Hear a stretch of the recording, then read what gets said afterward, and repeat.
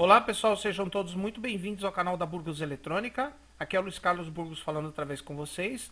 No vídeo de hoje nós vamos dar continuidade à nossa série sobre dinossauros da eletrônica, sobre as velharias da eletrônica, que são aqueles componentes eletrônicos que você não encontra mais no mercado, ou se você ainda encontra numa quantidade muito menor do que ele era na época que ele era popular. Então hoje nós vamos falar a respeito de válvulas eletrônicas novamente, só que é o seguinte. Quando você tem um circuito a válvula, um amplificador a válvula, um rádio, televisor, uma das coisas que tem que ser levada em consideração é a alimentação do filamento da válvula. Hoje em dia, você não vai mais encontrar rádios e televisores a válvula, a não ser que esse aparelho seja muito velho, da década de 50, 60, começo da década de 70. Mas tem no mercado, ainda tem no mercado, amplificadores a válvula. Ou seja, aquelas pessoas que gostam de som de boa qualidade, normalmente que tem grana para comprar, porque esses amplificadores são caros, optam por esses circuitos, tá? Então, quando você vai montar ou consertar um aparelho desse, você tem que levar em consideração o consumo do filamento das válvulas, que a válvula consome energia elétrica no filamento para aquecer e para ela poder funcionar. Então aqui eu coloquei 4 válvulas iguaizinhas, as mesmas características. SL82, XL82, PCL82 e CL82. O que muda de uma para outra? Na verdade, essas válvulas são triodo e um pentodo de potência. Inclusive, eu já coloquei no canal um projetinho de um amplificador a válvula com uma válvula dessas aqui, com uma PCL82. Com uma válvula dessa só dá para você montar um circuitinho amplificador formado por um triodo pré-amplificador e um pentodo de saída para o alto-falante. O que difere de uma válvula para outra é a letra inicial, que indica a tensão do filamento dela. A SL82 é uma válvula de 6 volts, 6,3. A XL82 é uma válvula de 8 volts. A PCL82 16 volts e o CL82 50 volts. Como essas válvulas consomem em torno de 5 watts de potência no filamento, então podemos concluir que quanto maior a tensão do filamento, aliás, quanto menor a tensão do filamento, maior é a corrente que ele vai consumir, para a mesma válvula. Então, por exemplo, a SL82 é de 6,3 volts no filamento e 780 mA. A XL82 é de 8,2 volts, 600 mA. A PCL82, 16 volts, 300 mA. E a CL82, 550 volts, 100 mA.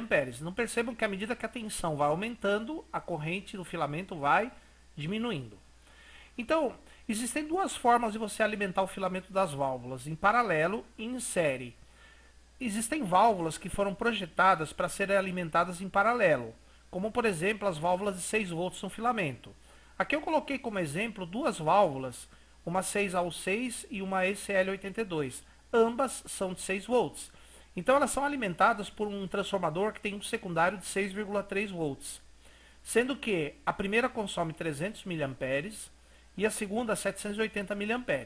Como elas estão em paralelo, elas somam a corrente dos filamentos, dá um total de um pouquinho mais de 1 ampere de filamento.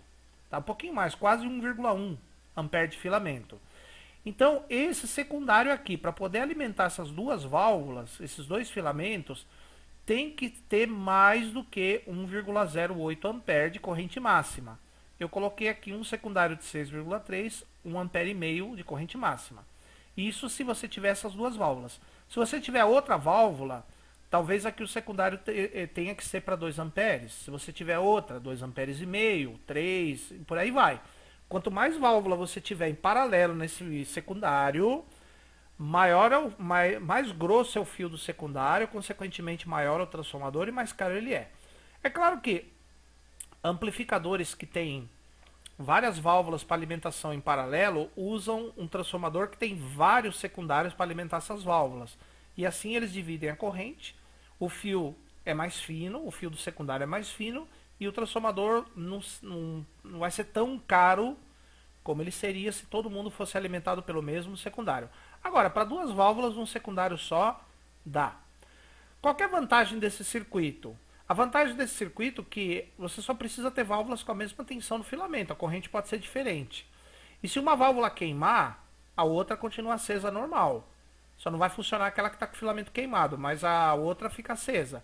e por um exame visual você já vai concluir que aquela válvula que está apagada está com o filamento queimado. Ou está com mau contato no soquete, algo assim.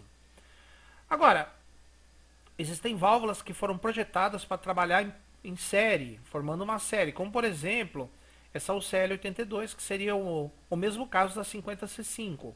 A 50C5 é uma válvula de 50 volts, 150 mA no filamento. A 12AX7 é uma válvula de 12,6 volts no filamento e 150 mA. Para você ligar em série os filamentos das válvulas, a corrente deles tem que ser igual, para que elas possam produzir a mesma queda de tensão que a válvula necessita. Por exemplo, a primeira válvula vai produzir 50 volts de queda e a segunda válvula 12,6. Por isso que a corrente no filamento tem que ser igual. Porque como vocês sabem, num circuito em série a corrente é igual para todo mundo. Se você tiver um número de válvulas suficiente, cujas tensões somadas deem a tensão da rede, beleza. Agora, se você não tiver, como por exemplo aqui eu só tenho duas, então você vai precisar colocar em série um resistor para diminuir, para reduzir o resto da tensão, ou seja, para ficar com o restante da tensão. Aqui, por exemplo, se eu somar essas duas válvulas aqui, dá um total de 62,6. Para ficar com o restante do 127, eu fiz um cálculo aqui, deu um resistor de 430 ohms por 15 watts, ou seja, é um resistor grande. Qual que é a desvantagem desse circuito? Você precisa obrigatoriamente ter todas as válvulas com a mesma corrente e, se você não tiver válvula suficiente para dar a tensão da rede, você precisa colocar resistor em série e esse resistor vai esquentar pra caramba, ou seja, parte da energia elétrica que o equipamento consome vai ser gasta também nesse resistor aqui. E a outra desvantagem, se queimar uma válvula, o aparelho morre totalmente, ou seja, o aparelho fica totalmente parado. E aí você vai ter que fazer um teste para ver se um aparelho que tem as válvulas ligadas em série, alguma das válvulas está com filamento queimado, que aí para o aparelho todinho. Tá, pessoal? Então, como vocês podem observar aqui, ó, a ECL82 e a XCL82 foram projetadas para serem alimentadas em paralelo, como esse daqui.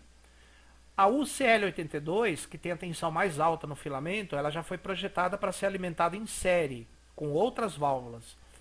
A PSL82 pode fazer os dois papéis. Ela pode funcionar numa alimentação em paralelo, num secundário de 16 volts, ou alimentação em série, ligado em série com outras válvulas de 300 mA. Beleza, pessoal? Então, é uma coisa que você deve levar em consideração na hora que você vai consertar ou na hora que você vai projetar um circuito com válvulas. A alimentação do filamento, que como vocês sabem, uma parte da energia se perde neste elemento da válvula. Tá? Então, pessoal, se você gostou do vídeo, dá um like. Se você não gostou, pode dar um dislike. Sejam educados nos comentários. Vejo vocês aqui num próximo vídeo. Por enquanto, meu muito obrigado e até a próxima.